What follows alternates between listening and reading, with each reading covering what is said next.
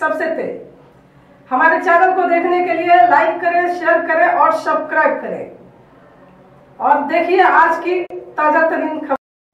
श्री कालिका माता नागरी सहकारी पंत संस्था मर्यादित कलवार भिवंडी का 6वां ऑफिस का उद्घाटन सौभाग्यवती वर्षा योगेश पाटिल, ग्राम पंचायत सदस्य व उप सरपंच राजनौली पिंपलघर, और सुरेंद्र कालूराम भोईर, माजी पंचायत समिति सदस्य भिवंडी, श्री सागर गणपत पाटिल, सरपंच गोवे शाखा,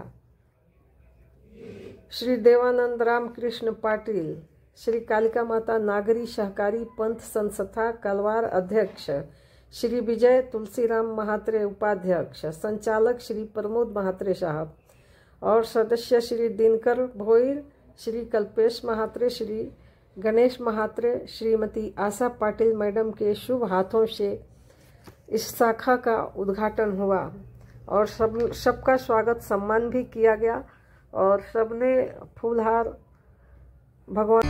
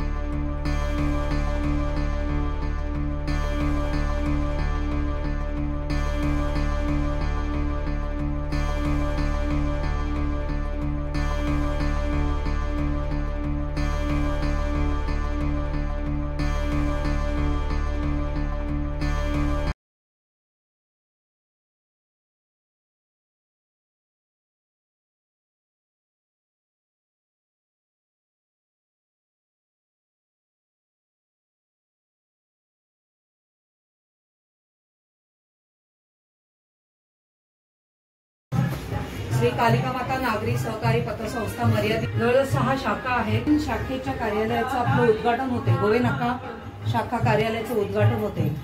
त्या प्रसंगी मान्यवर अध्यक्ष तसेच संस्थापक अध्यक्ष आज ते उपस्थित नाही, काही तब्येतीच्या कारणामुळे ते आज उपस्थित नाहीये, पण त्यांचं नाव घेणं आवर्जून गरजेचं आहे।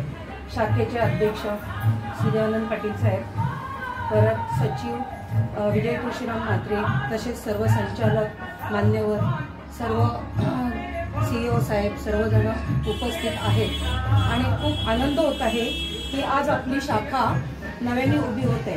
तसंच आपल्या शाखेचा टर्नओव्हर बघता आजच्या घडीला तो 36 करोड आहे, तसेच ठेवी आपल्या 30 करोड आहेत, तसेच कर्ज 24 करोड आहेत, 27 एजंट असून 16 कर्मचारी आहेत आणि सर्व संचालक मंडळ, अध्यक्ष, उपाध्यक्ष सर्वांच्या सूचनेनुसार आज आपण प्रगती करत आहोत, याचा खूप आनंद होत आहे। अशीच आपली संस्था आपली प्रगती करत राहो ही श्री कालिका माता चरणी माझी प्रार्थना आहे।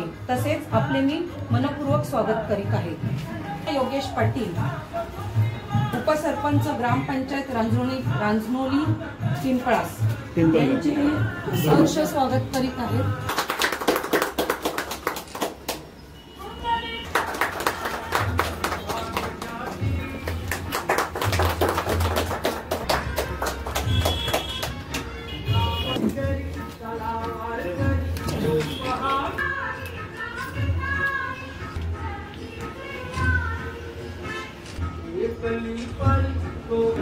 त्यांची नाव विचार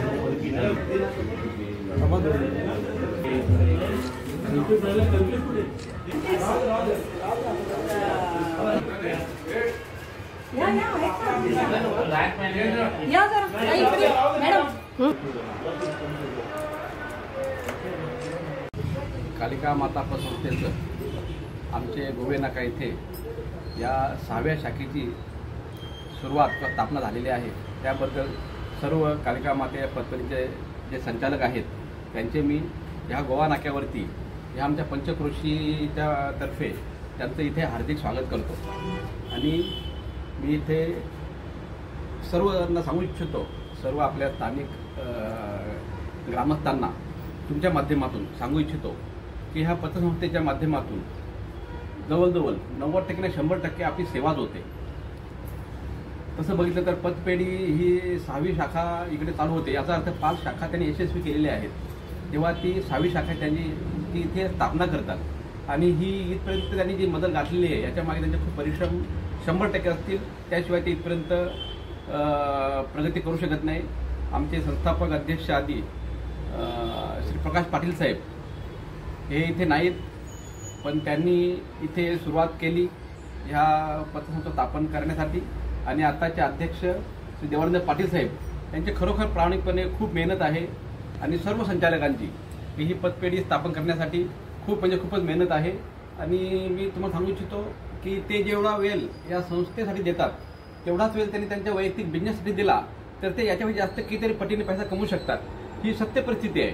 पण ते स्वतःचा विचार न करता समाजासाठी किंवा एक समाजसेवा म्हणून हे कार्य ते चालू करतात.